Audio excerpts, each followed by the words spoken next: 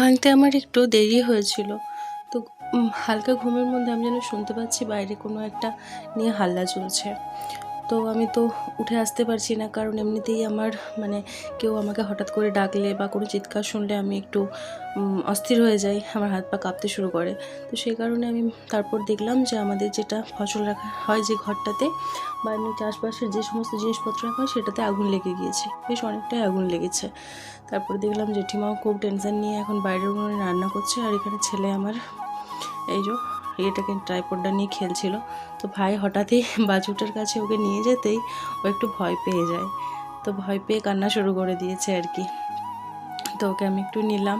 এমনিতে তো ওর বদমাইশির শেষ নেই, ওর মানে ওর বদমাইশি সম্পর্কে যতই বলি ততই কম হবে তোমাদের কাছে।